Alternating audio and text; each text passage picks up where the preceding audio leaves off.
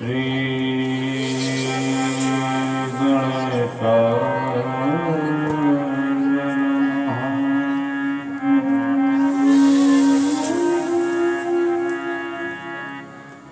धियं सदा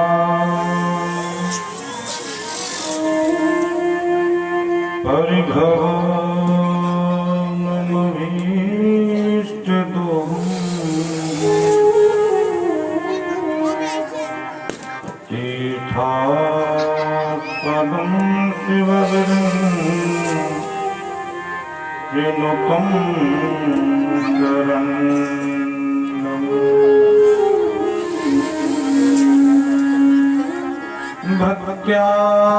भक्त्यार्तिहं प्रणतपाल भाग्यपूतं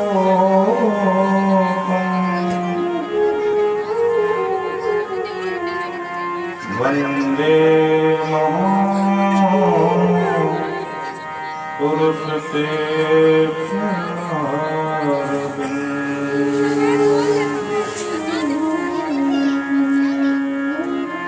त्यक्त्वा सुदस्तरसुरे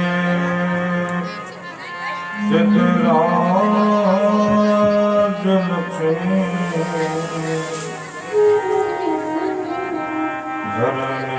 धर्मिष्ठवत्सा यद्गादरम्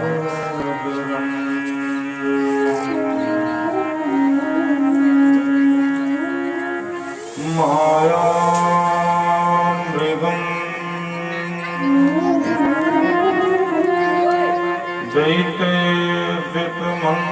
दैत्यवितमन्वधा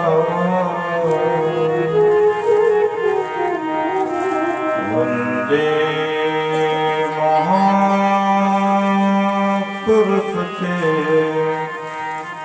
शरणं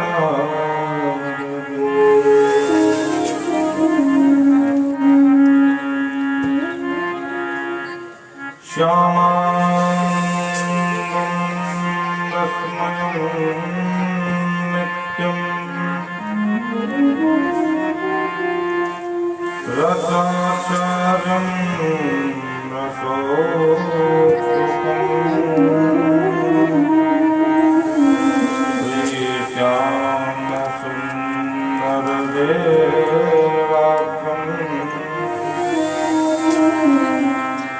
सद्गुरुं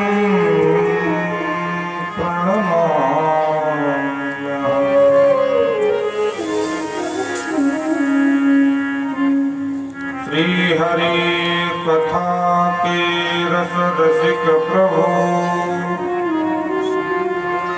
शंभुनाथ हनुमान प्रेम सहित आसन धरो सुनहो कथा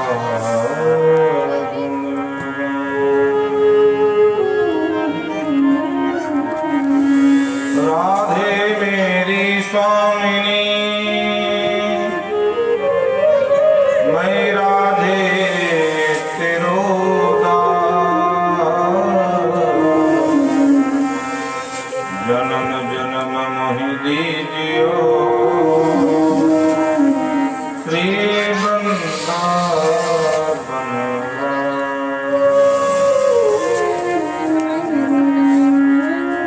जय जय श्री राधारमण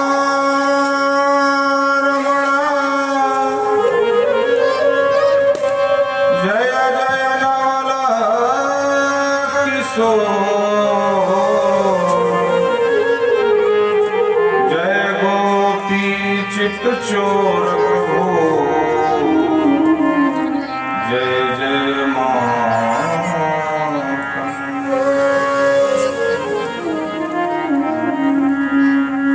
वृंदावन बिहारी लाल की जय हो, राधा रानी सरकार की जय हो, श्री बरसाने वाली की जय हो, श्रीमद्भागवत महापुराण की जय हो, राम के समस्त देवी देवताओं की जय हो, जय जय श्री राम।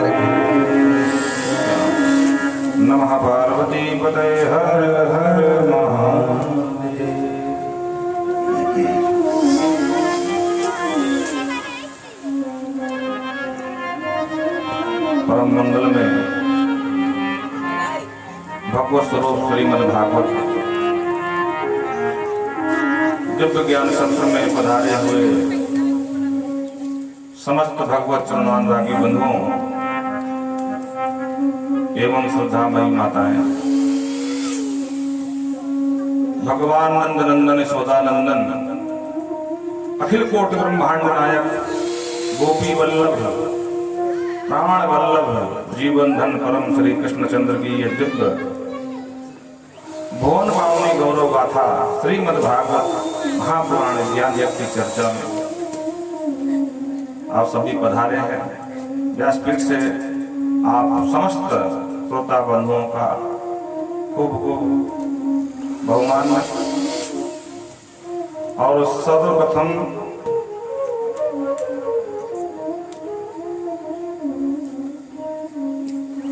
आज विशेष दिवस है।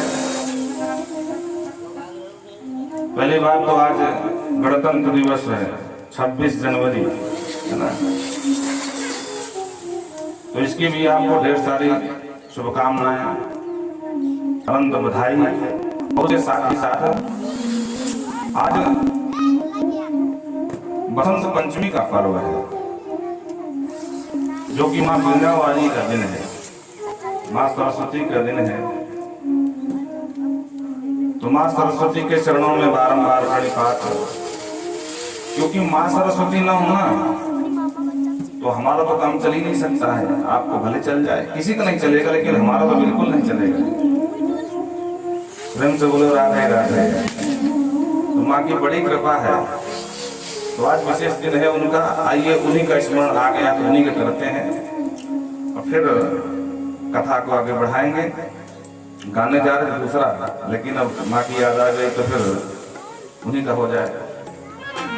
प्रेम से बोलो जय श्री कृष्ण। अरे आंचल में तेरे ममता का खजाना,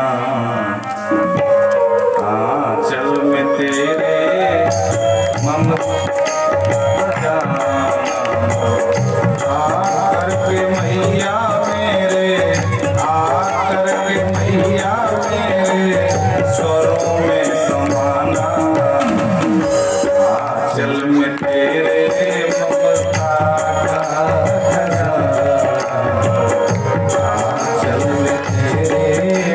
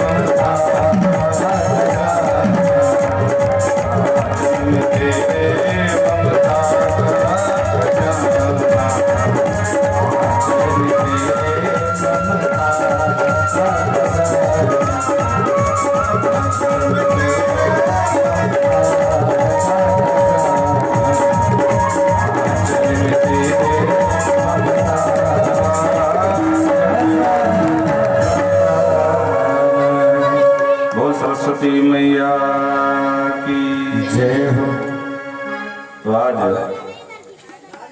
बसंत पंचमी का यह पावन पर्व, जो माँ सरस्वती का ये विशेष दिन है। आज के दिन माँ सरस्वती का पूजन करके,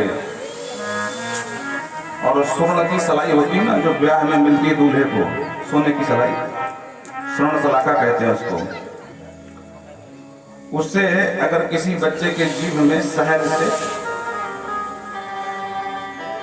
ओम ऐं सरस्वती नमः ये लिख दिया जाए तो उसकी बुद्धि बहुत प्रखर हो जाती है। बोलो राधे राधे। ओम ऐं सरस्वती नमः। छोटे बालक के, अब ये नहीं कि वो 10-12 वर्ष के हो गए, तो विशेष रूप से अगर माँ सरस्वती की मूर्ति के सामने हो, वैसे सरस्वती की मूर्ति जल्दी मिलती नहीं है, किसी किसी मंदिर में यदा कदा देखने को मिलती है। पर अगर ये ना हो तो दुनिया पागल खाना बन जाए। क्या बन जाए? पागल खाना, जो आगरण बना हुआ है, इन्हीं की कृपा है। तो आप सबको ढेर सारी बधाई। और चूंकि कथा में प्रवेश करें, प्रेम से जयकारा लगाएं।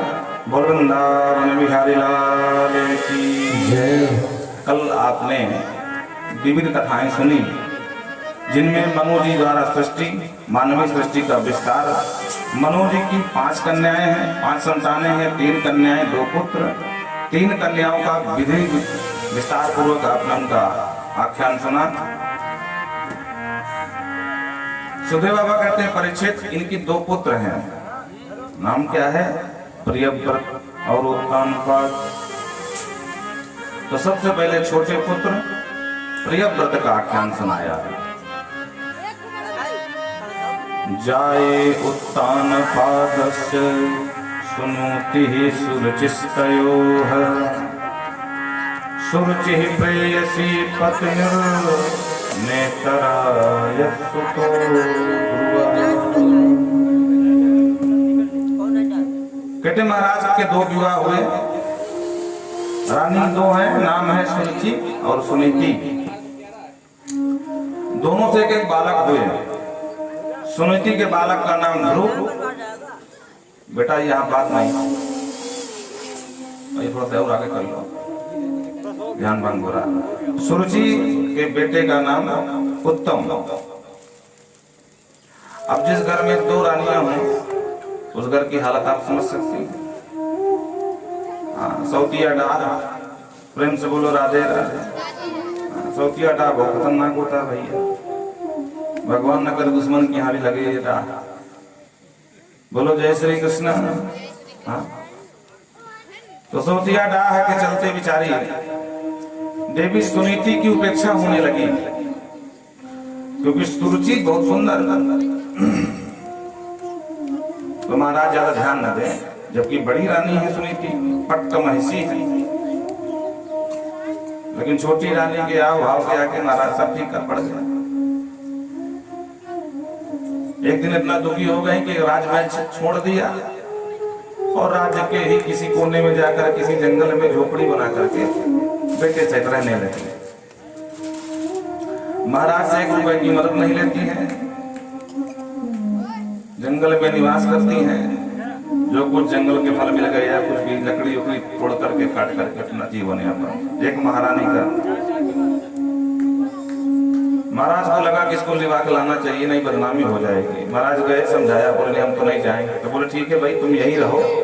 वो तो चाहते थे दूर हो जाए, पर सारी सामग्री हम तुमको भिजवाते रहेंगे। ये लकड़ी उकड़ी काटने का काम ठीक नहीं है, थोड़ा बदनामी होती है हमारी। तो ठीक है, लेकिन वो आई तो नहीं, पर भोग सामग्री महाराज पहुंचाते रहे।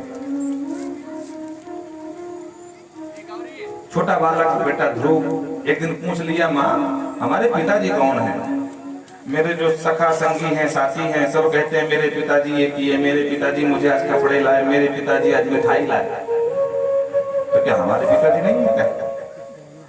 हमको तो आप ही आप दिखती हैं और कोई दिखता ही नहीं है। मैया ने बात को टाल दिया, बालक है, बताने से ठीक कोई बात है नहीं है। लेकिन जब बालहट बहुत खतरनाक होती है। हाँ, बालक जो ठान ले सो ठान ले। बाला नाम रुद्रम बलम। अब बच्चों का बल क्या है? रोना। हाँ, गला फाड़ के रोना शुरू कर दो, थोड़ी देर तक तो लोग सुनेंगे, बोलेंगे इसको देना ही पड़ेगा। बहुत बच्चे ऐसे होते हैं। हाँ, बोले कहते नहीं मिलेगा, चलो रो। लेकिन जब गला फाड़ के शुरू करते हैं तो किसकी हिम्मत? हाँ, ध्रुव पीछे पड़ गए। माँ आपको बताना ही पड़ेगा मेरे पिता कौन है, नहीं बताओगी तो मैं भोजन नहीं करूंगा।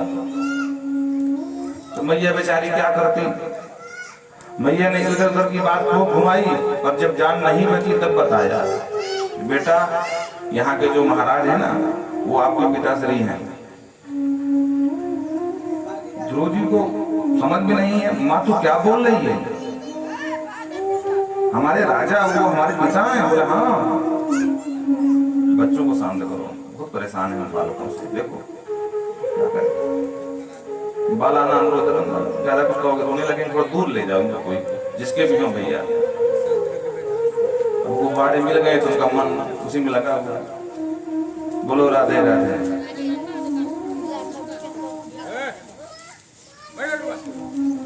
तो ध्रुव जी को विश्वास नहीं हुआ पहले, लेकिन जब माँ ने कहा नहीं नहीं मैं शपथ पूर्वक कहती हूँ वो ही तुम्हारे पिता हैं, तो माँ हम इस तरह है क्यों रहते हैं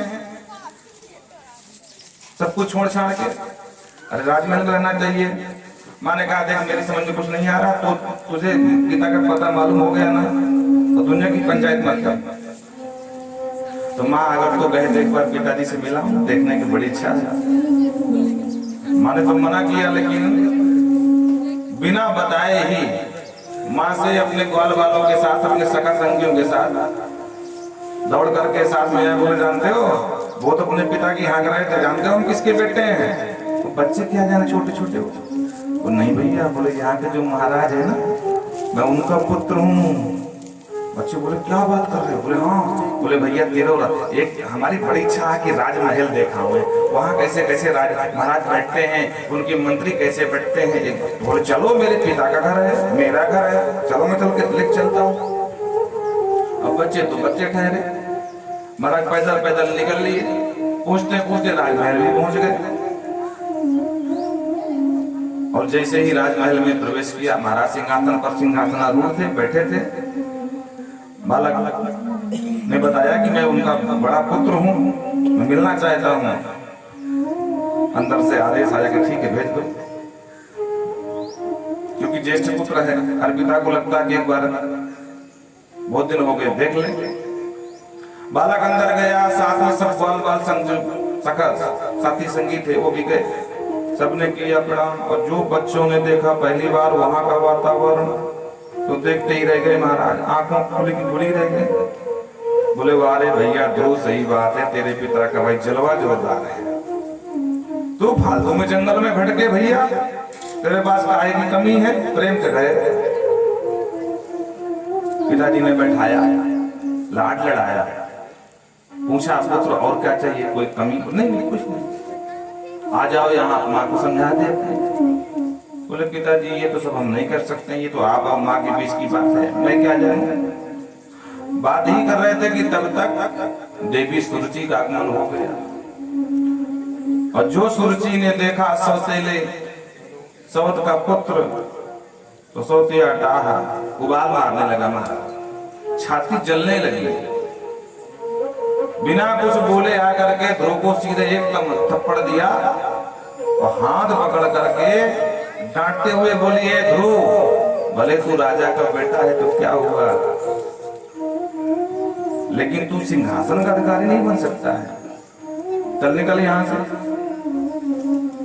और अगर तुझे सिंहासन ही लेना है तो तेरे लिए एक विकल्प है, और विकल्प ये है कि तू इस जन्म में मर जा। बोलो राधे राधे। और दोबारा मेरे पेट से गर्भ से जन्म ले, पर ये संभव नहीं है, तेरे बस की नहीं है। क्या भरोसा कि दोबारा मेरे ही गर्भ में आएगा। एक काम कर, यहाँ से जा जंगल और भगवान की खूब उपासना कर। उपासना करके जब भगवान रीझ जाए, प्रकट हो जाए, तो उनसे एक ही वरदान मांगना, हे प्रभु ये मेरा शरीर छूट जाए और तपस्या के फल स्वरूप मुझे सुरुचि माँ के पेट से जन्म दे देना, तब तो सिंहासन मिलेगा, अन्यथा सिंहासन नहीं मिलेगा। दो टूक मना कर दिया। तपसारात पुरुषम तस्वानु ग्रहेण गर्भे तुम साधयात्मानं यदि इच्छसि न पासनं। गर्भे तुम साधयाना, मेरे गर्भ की साधना कर बेटा। यदि इच्छसि निपासनम, अगर नभ के आसन पर बैठने की इच्छा है तो उस परम पुरुष आराध्य की तपस्या कर। आज सुरुचि ने भक्त और भगवान दोनों का अपमान कर दिया। पहले कहती भगवान की उपासना कर, फिर कहती मर जा, फिर कहती भगवान से मांग के मरना कि मेरा दूसरा जन्म मेरी छोटी माँ सुरुचि के गर्भ से हो, तब तो सिंहासन मिलेगा, अन्यथा सिंहासन कदापि नहीं मिलेगा। 5 वर्ष का बालक, 5 वर्ष का बालक।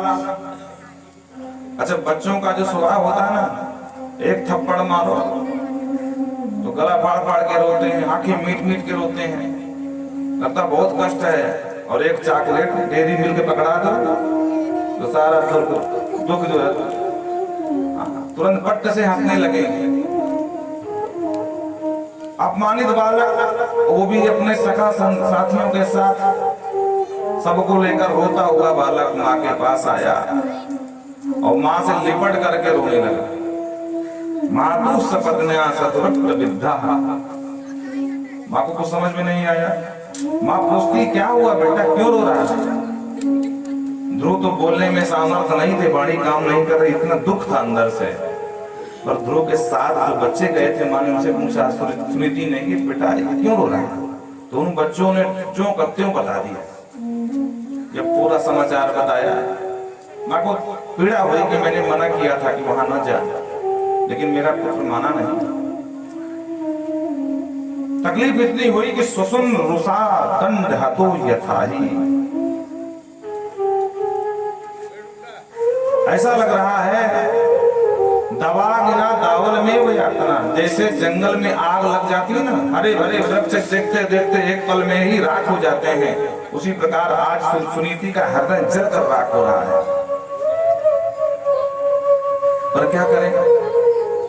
बच्चे को समझा देंगे, कहे बेटा माम मंगलम तात परेशो मनसता भुक्ते जनो यद पर दुख दरस्मा सत्यम सुरक्षाभियतम भवान में यदि दुर्भगाया उदरे गृहीता। बेटा क्या हुआ? उसने डांट करके भगा दिया, उसने तुमको सिंहासन का अधिकार से वंचित कर दिया, तो बुरा क्यों मानता? नहीं माँ, वो कह रही थी, बड़ी छोटी माँ कह रही थी कि तू दुर्भाग्नि का बेटा है, अभाग्नि का पुत्र है, इसलिए किसी अभाग्नि के पुत्र अभागे का अधिकार नहीं सिंहासन पर। सुनीति तकलीफ तो बहुत है, पर माँ है ना, माँ सब कुछ बर्दाश्त करती है, पर बच्चे को दुख नहीं दे सकती है। बच्चे को समझाती सत्यम सुरक्षा भवत है। बेटा उसने क्या गलत कहा है?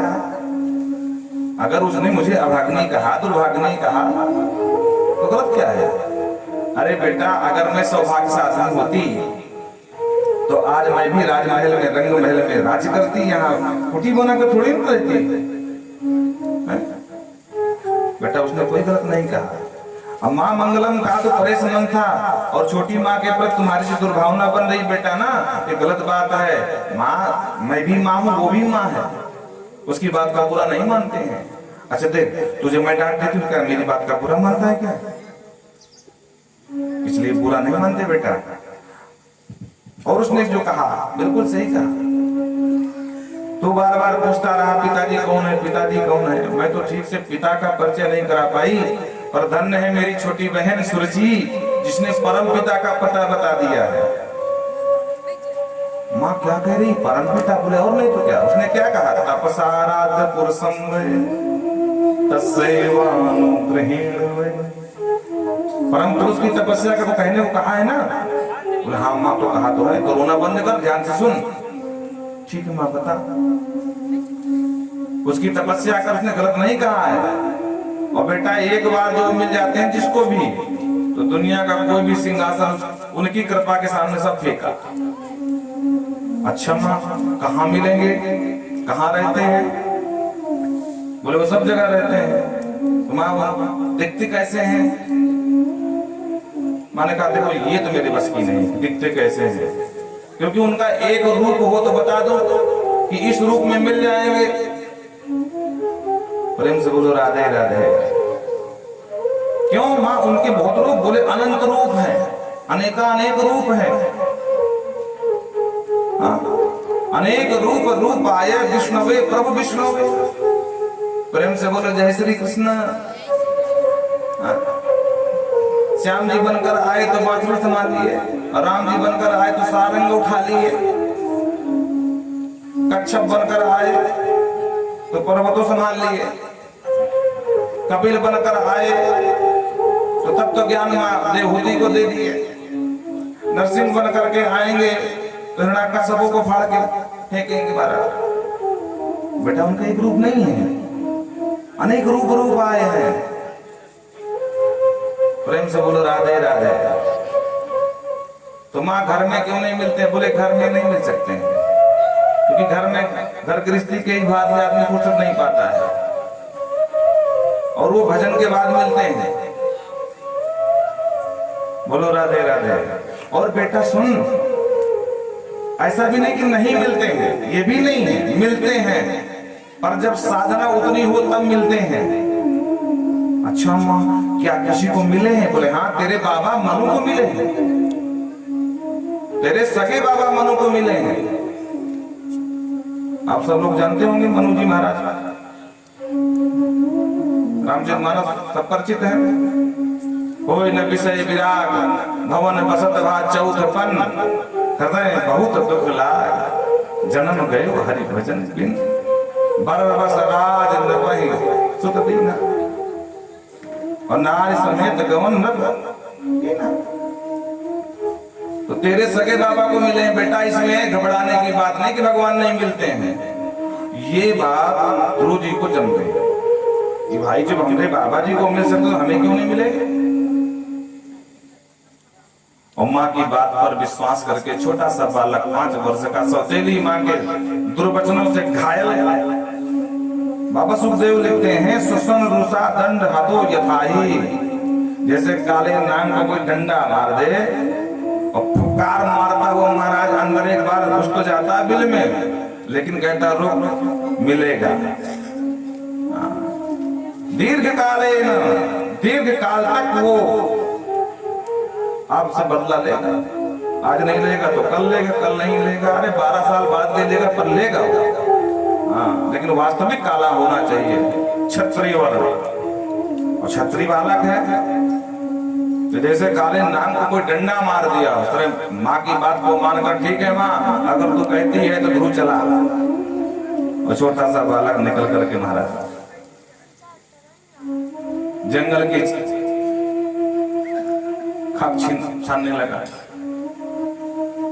भटक रहे हैं, आगे बढ़ रहे हैं, क्या करूं क्या ना करूं। चला तो आया, माँ ने कहा उनकी तपस्या कर। अब कैसे तपस्या करूं, कोई मार्गदर्शन करने वाला नहीं है, तपस्या कैसे होती है, मंत्र कौन सा जप, ये भी समस्या है। स्कूल पाठशाला गया नहीं हूँ, 5 वर्ष का बालक हूँ, स्कूल कॉलेज का मुंह देखा नहीं है, आता जाता कुछ नहीं है। माँ ने इतना कहा है तपस्या से मिलेंगे, तपस्या कैसी होती मुझे पता ही नहीं, अब मैं क्या करूं? मंत्र भी कोई याद नहीं है, कौन सा मंत्र जपना? लेकिन कुछ भी हो जाए, अब मैं वापस तभी जाऊंगा जब भगवान मिल जाएंगे। परिणाम कुछ भी हो, नहीं मिलेंगे तो यहीं मर जाऊंगा, पर अब वापस मैं भगवान को पाके ही जाऊंगा। प्रेम से बोलो राधे राधे। भगवान ने देखा, भगवान का एक वचन है कि जो तू आवे एक पद, मैं आऊं पद चार। एक बार पर तुम एक कदम तो बढ़ाना मेरे लिए। विश्वास रख, मैं तेरे लिए 4 कदम बढ़ के आ सकता हूं, लेकिन तुझे पहले आना होगा।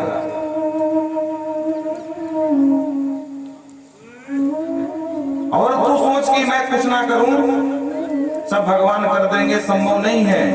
क्यों संभव नहीं भाई? इसलिए कि कर्म प्रधान विश्व चिराग करे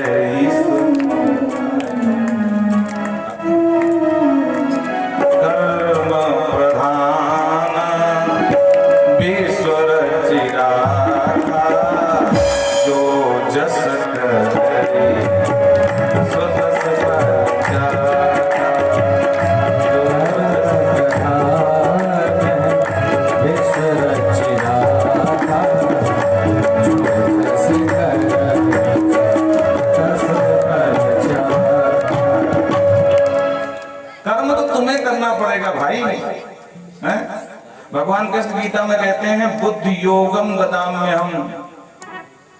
जिसकी मैं मदद करना चाहता हूं तो लाठी लेके नहीं आता, बोल भैया तुझे किसने मारा, मैं तेरा बदला लूंगा, ऐसा नहीं करता हूं।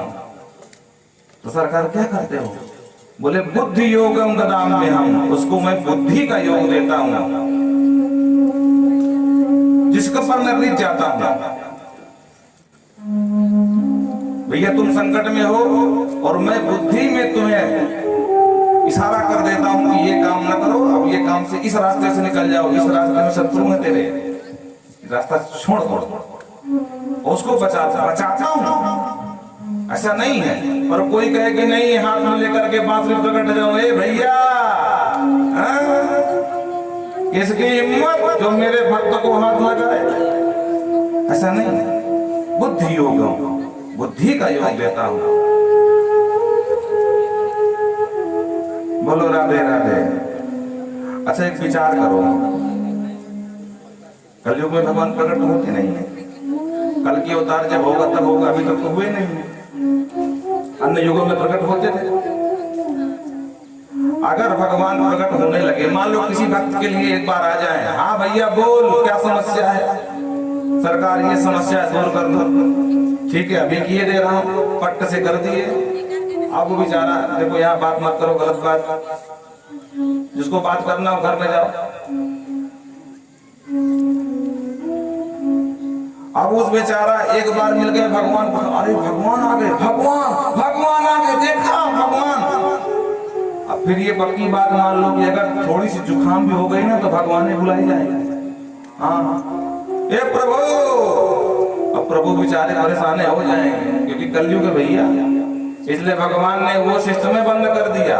हाँ आने जाने वाला तकलीफ में हो तो बुद्धि योगम गदाम्य हम, मैं बुद्धि का योग दूंगा। बोलो राधे राधे। महाभारत के युद्ध में आप सब जानते हैं, सब लोग परिचित हैं। अर्जुन से कहते हैं युद्ध कर, बोलो राधे राधे। अर्जुन का किससे युद्ध करूं? अरे बोले सामने देख नहीं रहा, पितामह भीष्म खड़े हैं, सेनापति बने, बोले मैं 5 गांव मैं भीख मांग के खा लूंगा, पितामह को ऊपर बाण चलाऊं ये मेरे बस की नहीं है, मैं नहीं मार सकता। और गांडी रख दिए, मैं चला। भगवान ने खूब समझाया, गीता का ज्ञान दे दिया कि भैया ना तू मरने वाला है और ना तू मरने वाला है, ना ये मरने वाले हैं। बोलो राधे राधे। अरे आत्मा तो अमर है, मरेगा तो शरीर। अर्जुन का सरकार शरीर में ही तो आत्मा है, बोले उसको तो मरना ही है, आत्मा अमर, शरीर मरेगा, आज नहीं तो कल मरेगा। तो सरकार मैं क्यों मारूं, मेरे पूर्वज हैं। बोले मूर्ख, अगर तू इन्हें मारेगा तो तुम्हें मार देंगे, इसलिए मारना पड़ेगा तुझे। और दूसरी बात ये है अर्जुन कि तू तो माध्यम है, मारना और जिलाना मेरा काम है, तो सरकार जब तुम्हारा ही है तो मुझे फालतू में क्यों दोष दे रहे हो? बलि का बकरा बना तुम ही मार दो पट्ट से। भगवान ने कहा नहीं, ये लड़ाई तुम्हारी है, तुम्हें ही लड़नी पड़ेगी। मैं सारथी बनकर के तुम्हें बुद्धि योग प्रदान करूंगा। विजय दिलाना मेरा काम है और कर्म करना तुम्हारा काम है। सफलता मैं तय करूंगा और कर्म तुझे करना पड़ेगा। क्यों? क्योंकि कर्म प्रधान विश्व रचिरा जो जस करे सो जस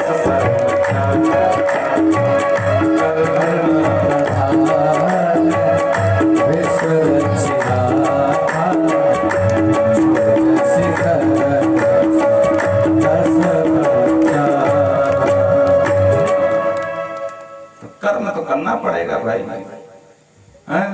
अब लगी पेट में भूख और कोई कहे भगवान के बड़े भजनानंदी हैं, भगवान ही खिलाएंगे, ये संभव नहीं है। राशन पानी की व्यवस्था भगवान की कृपा से हो जाएगी। बोलो राधे राधे। खाना तो आपको पड़ेगा बना के ना। प्रेम से बोलो जय श्री कृष्ण। 5 वर्ष का बालक जंगल की खाक छीन रहा है। भगवान ने देखा कि मेरा भक्त कर्म कर रहा, मेरी बारी है। भक्त ने अपना काम कर दिया और मेरी बारी है, तो क्या करूं? और सीधे सीधे भगवान तो जाएंगे नहीं, क्योंकि तपस्या के बाद मिलते हैं, नियम है। तो भगवान ने नारद जी को भेज दिया, नारद जी जाओ। चला गया, कुछ मार्गदर्शन करो। नारद जी आए, पहले चेले को ढूंढ बजा के देखे। अहो तेज क्षत्रियाणां मान भंग ममस्यताम्। कौन हो भाई? बेटा कौन हो तुम? देखने में तो कोई छत्री लग रहे हो, बड़ा तेज दिव्य है भाई, किसके बेटे हो? गुरु जी ने सामने महात्मा को देख करके, देवर्षि को देख करके सादर प्रणाम किया। महाराज मैं उत्तानपाद नंदन ध्रुव हूँ। ओहो महाराज उत्तानपाद के पुत्र हो? ओहो अरे बेटा क्या मार्ग भटक गए क्या? नहीं मार्ग नहीं भटका। अच्छा तो जंगल में क्या करा? अब तुम्हारे सैनिक कहाँ गए? तुम्हारे महाराज में आए होंगे ना शिकार खेलने। नहीं महाराज कोई नहीं आया, मैं अकेला आया। अरे तो ये जंगल में क्या कर रहा था? गुरु ने कहा प्रभु आप हंसोगे? नहीं हंसने वाली बात होगी तो कोई भी हंसेगा, हम क्या? तुम बताओ तो सही। बोल नहीं मैं नहीं बताऊं। अरे बेटा बता, जंगल में अकेले तू क्या करे? हो सकता है तेरा कोई मैं मार्गदर्शन कर दूं। तब गुरु ने कहा सरकार मैं भगवान की तपस्या करने आया हूं। भगवान की तपस्या? तुम? अरे हाँ। अरे बेटा यहाँ हजार वर्ष के महात्मा लगा करके ध्यान समाधि पंचाग्नि तप रहे हैं। आप करना पंचाग्नि तप रहे हैं और हजार वर्ष बीत जाते हैं, फिर भी कभी एक बार भी चरणों की झांकी नहीं दिखने को मिलती है। तो भगवान को पाने की बात कर रहा है। एक काम कर, मेरी बात मान। 5 वर्ष का बालक है, अब भगवान को पाना चाहता है, अभी तेरी उम्र है। तो पूरी बात बता दी। सौतेली माँ ने मुझे ऐसा कहा है। वाह, सौतेली माँ कुछ कह दे कुएं में कूद जाएगा तू। बेटा मेरी बात मान, सीधे घर चला जा। भगवान मिलेंगे कि नहीं मिलेंगे बात की बात है, पर हाँ शेर जरूर मिल जाएगा। और शेर की चटनी बड़ी खतरनाक होती है, छोटे छोटे बच्चों को तुरंत चट कर जाता है। तो यहाँ से भाग ले। ध्रुव ने कहा देखो अगर मेरी सौतेली माँ ने ही ये बात कही होती तो एक बार विचार करता, लेकिन मेरी खुद की माँ ने बताया है कि भगवान होते हैं और मेरे बाबा जी को मिले थे, इसलिए मैंने भी ठान लिया कि बाबा कर सकते हैं तो नाती क्यों नहीं करेगा भाई। मैं तो भगवान को पाके ही जाऊंगा वापस, अन्यथा भले मुझे शेर चट कर जाए, बाघ खा जाए, पर मैं यहाँ से जाने वाला, हिलने वाला नहीं। जाने की जो बात छोड़ो। नारद जी ने खूब डराया। अरे भैया शेर से हो सकता तो बच जाए, पर यहाँ डकैत रहते हैं। बोलो राधे राधे। एक से खतरनाक दुर्दांत डकैत लेकर के तलवार, बोले कुछ भी हो जाए, जीते जी जब तक भगवान नहीं मिलेंगे ध्रुव वापस जाने वाला नहीं। नारद जी समझ गए, लक्ष्य राम कुमार से सक्तस क्रीडनाद से। अरे भैया कुमार अवस्था है, बोलो राधे राधे। क्रीडनादिशु, अरे क्रीड़ा माने खेलने खाने की तेरी उम्र है, तो फालतू में चक्कर में पड़ गया। मेरी बात मान तो लौट जाओ। ध्रुव जी नाराज हो गए, बोले सुनो महात्मा जी, हमने तुमसे कुछ पूछा नहीं? पूछा, सीधा रास्ता पड़े निकल लो यहाँ से। और जो दो डूब काट दिया, तब नारद जी को समझ में आया कि चेला पक्का है। अरे सीधी सी बात है, अगर हम गर्मी में 50 रुपए का मटका लेते हैं पानी पीने के लिए, अब तो मटका का भी काम नहीं महाराज, फ्रिज आ गया, फ्रिज। अटका मटका सब खत्म। तो मटका भी हम लेते हैं तो कम से कम 10 बार ठोंक बजा कर देखते हैं कहीं कच्चा तो नहीं है, चावल तो नहीं है, फूट तो नहीं जाएगा। और यहाँ तो दिव्य भगवान का वो चिन्मय मंत्र देने जा रहे थे, तो क्या ठोंक बजा के देखेंगे नहीं कि ये मटका कैसा है? अरे भाई किसान, सीधी सी बात है, बीज डालने से पहले भूमि की शक्ति का परीक्षण करता है, इसमें उर्वरा शक्ति कैसी है, मसूर के लायक है कि गेहूं के लायक है कि धान के लायक है कि लाही के लायक खेत है, तभी बीज डालता है। उसी प्रकार गुरु भी किसान की तरह होता है, अपने शिष्य को देखता है, इसके हृदय की भूमि कैसी है भाई, कौन सा बीज काम करेगा, कौन सा बीज अच्छी फसल दे सकता है,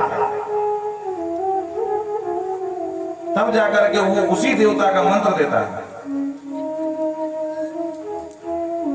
जब ठोंक बजा के देख लिया, तब नारद जी ने कहा बेटा ठीक है, अगर तेरी इच्छा है तो भगवान ने पाने आया है, और ऐसे नहीं मिलते। अच्छा तो कैसे मिलते हैं? बोले उसके लिए सबसे पहले गुरु की शरण में जाना पड़ता है, गुरु से मंत्र लेना पड़ता है, फिर उस मंत्र का खूब जाप करना पड़ता है, तब जाकर भगवान मिलते हैं। अच्छा ये तो मैया ने बताया ही नहीं, तो कोई बात नहीं, अब मैं गुरु कहाँ खोजूं? आप मुझे गुरु जी बन जाओ, आप हमको मंत्र दे दो। इसलिए आप ही मेरे कान फूंको। नारद जी ने कहा ठीक है बेटा, अगर तेरी बड़ी इच्छा है तो चलो हम ही तुम्हारे कान फूंके दे रहे हैं। तो महाराज कान में दे दिया मंत्र 12 अक्षर, क्योंकि शास्त्र कहते हैं बिना गुरु के मुक्ति नहीं मिलती है। अरे गुरु बिन भव निध तरई न कोई, जो बिरंची संग कर सम हो। गुरु बिन भव निध तरई न कोई, जो बिरंची संग कर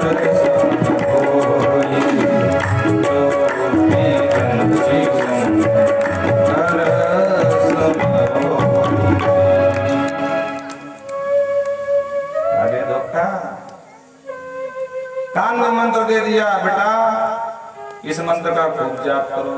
कौन सा मंत्र दिया? ओम नमो भगवते वासुदेवाय, ओम नमो भगवते वासुदेवाय, ओम नमो भगवते वासुदेवाय, वासुदेवाय हरि वासुदेवाय, वासुदेवाय हरि वासुदेवाय, वासुदेवाय हरि वासुदेवाय, वासुदेवाय हरि वासुदेवाय, ओम नमो भगवते वासुदेवाय, ओम नमो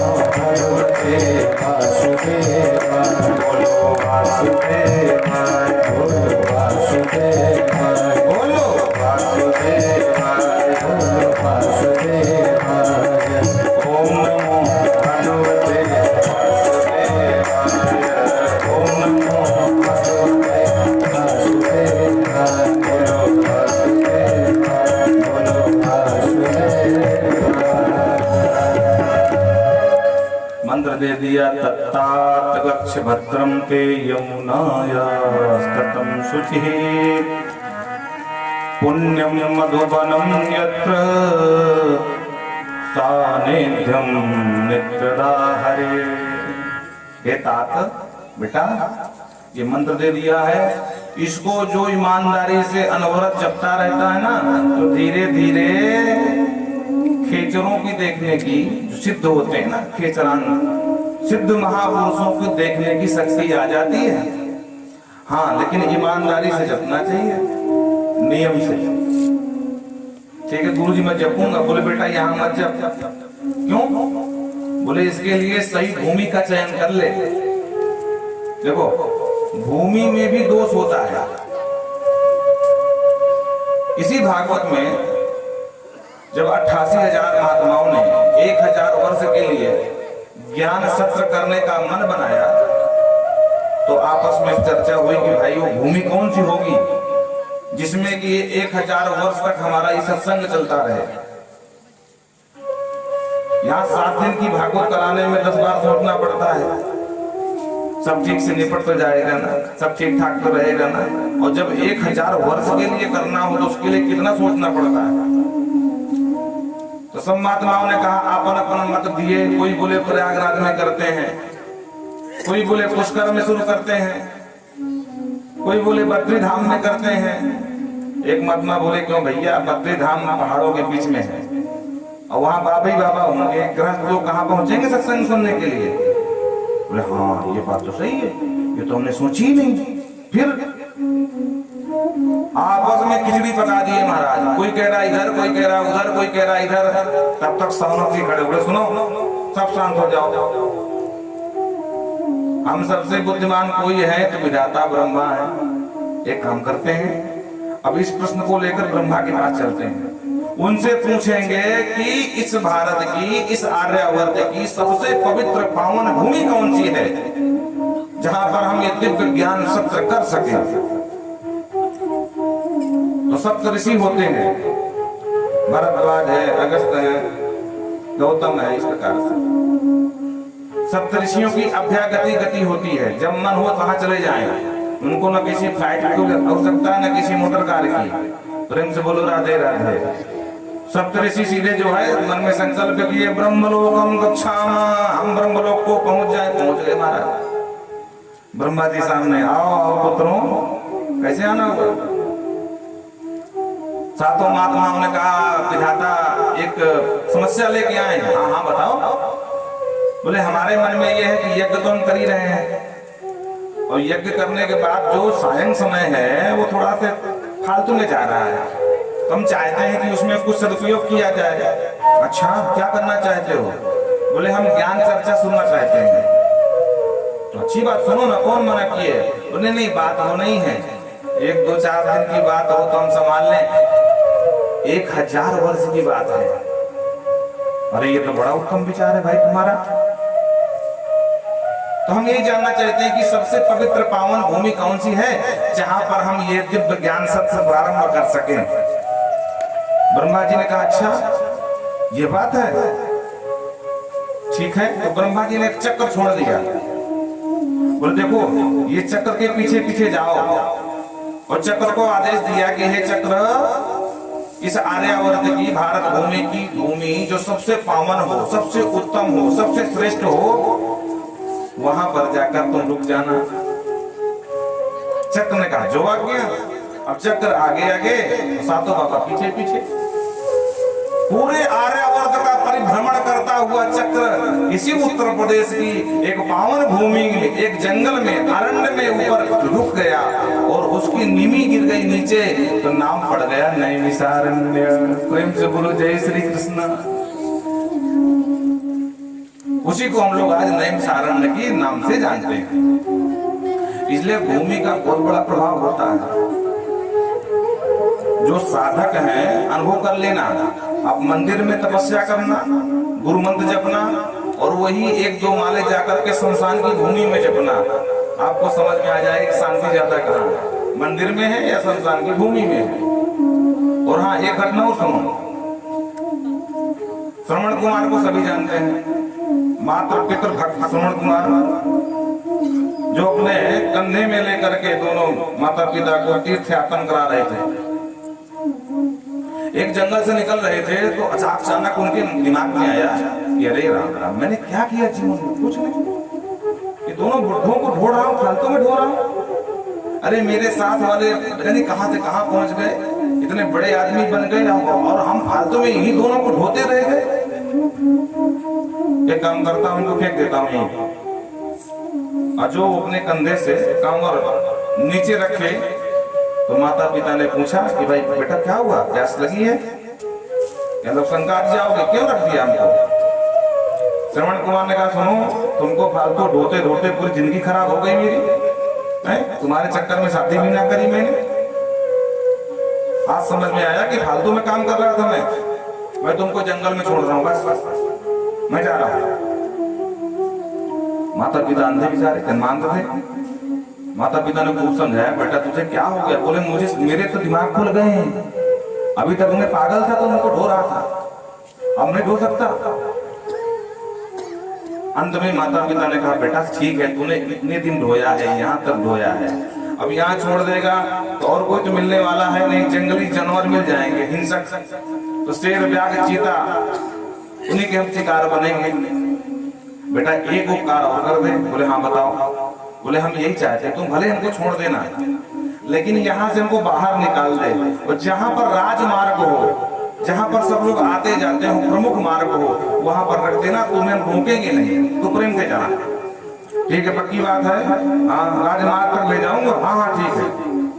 उठा लिया, उठा करके जो राजमार्ग तक आए तो तुरंत मन परिवर्तित हुआ कि अरे मैं अभी क्या सोच रहा था।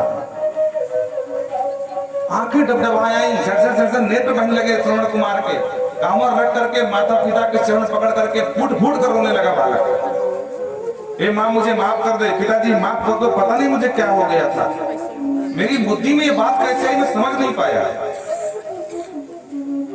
पिता ने कहा बेटा चिंता मत कर, उसमें तेरा कोई दोष नहीं है। अच्छा, उसमें उस भूमि का दोष है जिस भूमि में तेरा मन में परिवर्तन हुआ था। क्यों? क्योंकि उस भूमि पर एक बार युद्ध हुआ था और वहां पर नरसंहार हुआ था, इसलिए वो आत्माएं भटकती हैं और इसलिए उस भूमि के प्रभाव से तेरे मन में ये कुविचार आए। प्रेम से बोलो जय श्री कृष्ण। तो साधकों को बड़े ध्यान से सुनना चाहिए। बहुत लोग कहते हैं घर में भजन कर लेंगे, तुम्हारा घर मंदिर नहीं हो सकता भाई, घर तो घर ही रहेगा। घर की अपेक्षा गांव के मंदिर में बैठकर कर सकते हो, और गांव के मंदिर की अपेक्षा अगर तीर्थ का मंदिर हो, गंगा जमुना का किनारा हो, तो तपस्या बहुत जल्दी फलीभूत होती है। नारद जी कहते हैं बेटा ये जंगल है, यहाँ अनेक हिंसक पशु घूमते हैं, अनेक पशु घूम करके शिकार करते हैं। वाह प्रभु, यहाँ लोग मारे जाते हैं, ये भूमि सही नहीं है जब करने के लिए। तो कहाँ जाऊं? तत्तात गच्छ भद्रम, हे तात भद्रम तुम्हारा कल्याण हो। यमुना याच तटम शुचि, यमुना के पावन पुलिन पर मथुरा नाम की नगरी है, और नित्यम हरि सन्निधा, वहां नित्य हरि का निवास होता है। क्योंकि मथुरा के ही जेल खाने में सरकार प्रकट भय थे, तो तुम जाकर के उस भूमि में जाकर के तपस्या करो, तुम्हारी तपस्या बहुत शीघ्र सफल हो जाएगी। प्रेम से बोलो जय श्री कृष्ण। लेकर के महाराज गुरु वचन को मान करके नारद जी आगे बढ़े, और जो वृंदावन गए होंगे वो जानते हैं, उनको सुना होगा, आज भी वो पर्वत है जिस पर्वत पर बैठ करके ध्रुव जी ने तपस्या करी है, उसका नाम है ध्रुव टीला। टीला माने पर्वत, ये ब्रज भाषा है, टीला बोलते हैं। ध्रुव टीला के नाम से आज भी वो विख्यात है। नारद जी पहुंच गए और जाकर के नियम बना लिया, तिरात्रांते कपित्थ बद्रासन। 3 दिन तक बिल्कुल निराहार, 3 दिन में 1 दिन लेते हैं कपित्थ बद्रासन। कपित्थ माने कैथा, बद्रासन माने बेर।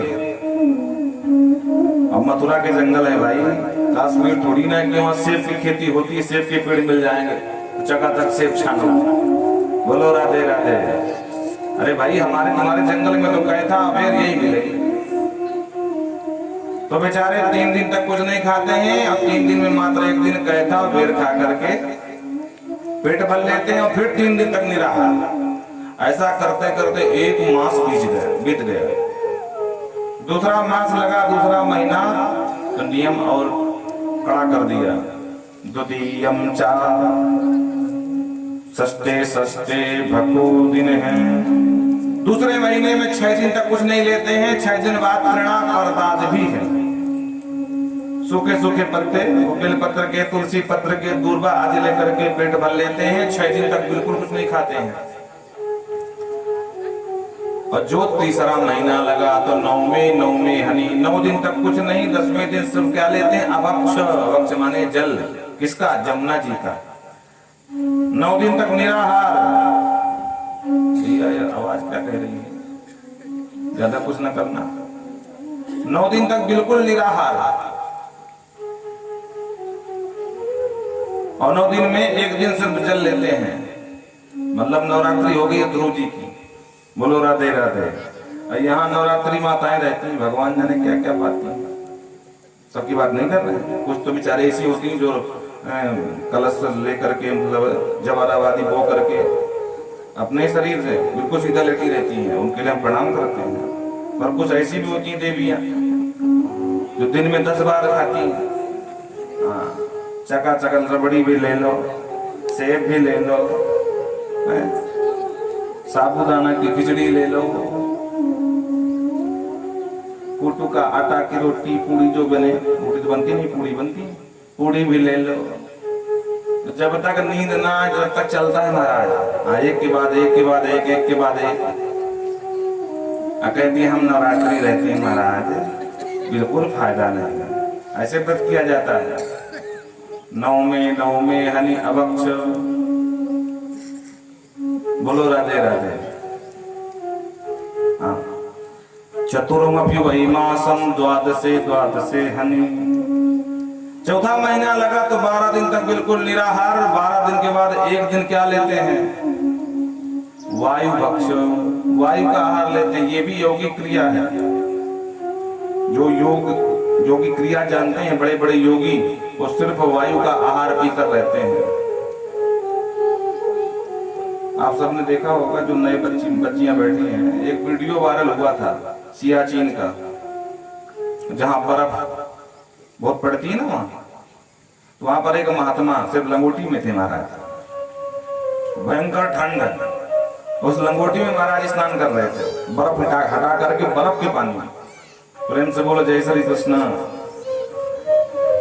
ये शरीर को समझना चाहिए, जितना सुख दोगे ना उतना मांगता है। हल चलाने वाला किसान खेत के मेड़ में सर रख करके सो जाएगा, नींद आ जाएगी। और एक दुकान चलाने वाला बनिया, उसको जब तक ठीक ठाक बिस्तर न मिले, भैया कोई बुरा मत मानना, अगर यहाँ पर कोई बैठा हो दुकान चलाने वाला, उदाहरण दे रहे हैं। हाँ, डर लगता है, ठाकुरों का गांव है। हाँ, बोलो राधे राधे। तो उसको नींद नहीं आएगी। ये शरीर भी ऐसे ही है, इसको जितना सुख दोगे ना उतना ही मांगता है। और जैसे ढाल लोगे वैसा ढल जाता है। हमारे और आपके बच्चे अगर लू में बाहर निकल जाए, लू लग जाएगी।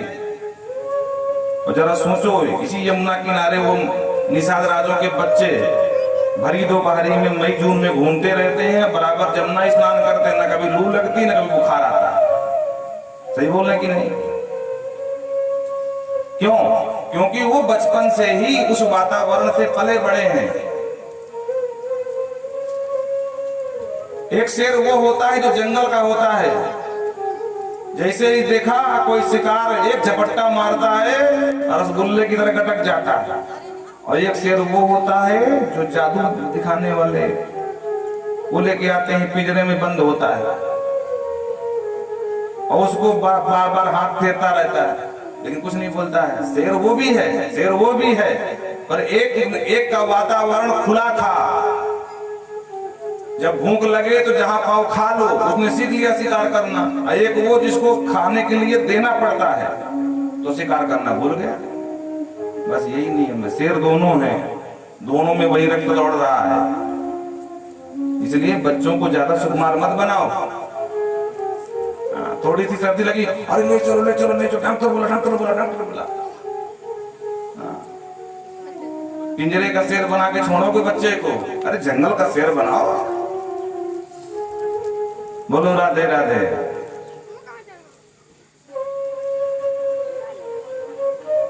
इसलिए समझना चाहिए बात। तो यौगिक क्रिया के माध्यम से वायु भक्षो, वायु का आहार करके रह लेते हैं। अब बोलो महात्मा जी सियाचिन में, वहां तो दूर दूर तक कोई गांव भी नहीं है, सिर्फ भारत की सेना वहां रहती है। गांव होने का कोई प्रश्न ही नहीं है क्योंकि इतनी बर्फ पड़ जाती है। मई जून के महीने में ठंडी वहां रहती है। बताओ आज की तो बात छोड़ो, आजकल तो क्या स्थिति है भगवान मालिक।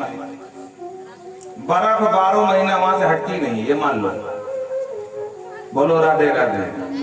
अरे उनकी छोड़ो, कामतनाथ बाबा के ऊपर एक सिख महात्मा अभी भी विराजते हैं, कभी नीचे नहीं आते हैं और योगिक क्रिया से रह रहे हैं मस्त। और जो 5वां महीना लगा ध्यान ब्रह्म पदे के न तस्तोष्ठारूढ़ रिवाचल, एक पैर के बल खड़े हो गए और ऐसा प्राणायाम चढ़ाया कि समस्त चराचर विश्व के जीवों का प्राण वायु भी अवरुद्ध कर दिया। त्राही त्राही करने लगे लोग। देवता भागे भागे गए, जाकर के ब्रह्मा जी से बताया, त्राहिमाम ब्रह्मा जी बचाओ। बोले क्या हुआ? बोले हम समझ नहीं पा रहे, हमारा प्राण वायु अवरुद्ध हो रहा है।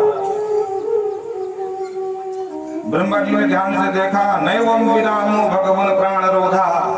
ब्रह्मा जी लेकर के सबको भगवान के शरण में आ गए, क्षीरसागर में। भगवान के ब्रह्मा जी कहते हैं सरकार हम नहीं जान पाते कि हमारे प्राण वायु को क्या हो रहा है, लेकिन अवरुद्ध हो रहा है, आप बचाओ हमको। भगवान ने तुरंत आदेश दिया, माम वैष्ट बालम तपसो दुरतया। बिल्कुल मत डरो, दुरत्य तप कर रहा कोई मेरा शिष्य, मेरा पुत्र। कौन है वो? तो नाम बता दिया, दौतान पादिर मई संगतात्मा। वो तानपाद का पुत्र ध्रुव है, जिसकी आत्मा मई संग, वो मुझ में समाहित हो गया है और मैं उसमें हो गया हूं। उसकी आत्मा और मेरी आत्मा एक हो गई है ध्यान के बल पर। इसलिए सबका प्राण वायु खींच लिया उसने। प्रेम से बोलो जय श्री कृष्ण। तुम चिंता मत करो, हम जा रहे हैं तुम्हारी समस्या का समाधान करने। मधोरपनम व्रत दिदीक्षया गतः सवेधिया योग विपाक तीव्रया। मधोवनम, मधोरवनम वृंदावनम। मधोवन के लिए भगवान आज कहते हैं दिदीक्षया गतः। दिदीक्षया मतलब होता दृष्टुम इच्छा, देखने की इच्छा। वैसे देखा जाए तो भक्त भगवान के पास जाता है, पर आज उल्टी गंगा बह रही है, भगवान को ही भक्त से मिलने के लिए जाना पड़ रहा है। ये है तपस्या का प्रभाव। तप बल रचई प्रपंच विधाता, तप बल रचई प्रपंच विधाता।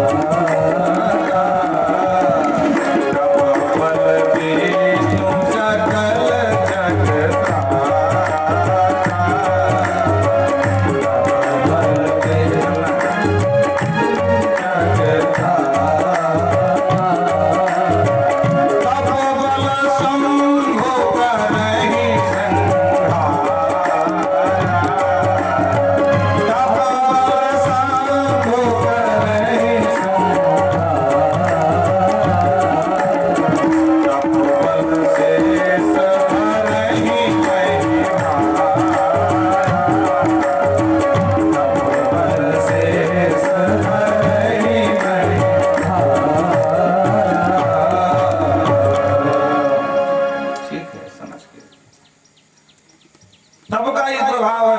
तुलसी लिखते हैं तपबल रचई प्रपंच विधाता। अगर विधाता ब्रह्मा तपस्या न किए होते तो दुनिया की सृष्टि करने का ये बल कहां से मिलता। भगवान श्री विष्णु जगत के पालनहार बने बैठे हैं, क्यों? क्योंकि उन्होंने तप किया है। तप बल विष्णु सकल जगत त्राता, समस्त जगत का त्राण करते हैं, उनकी रक्षा करते हैं।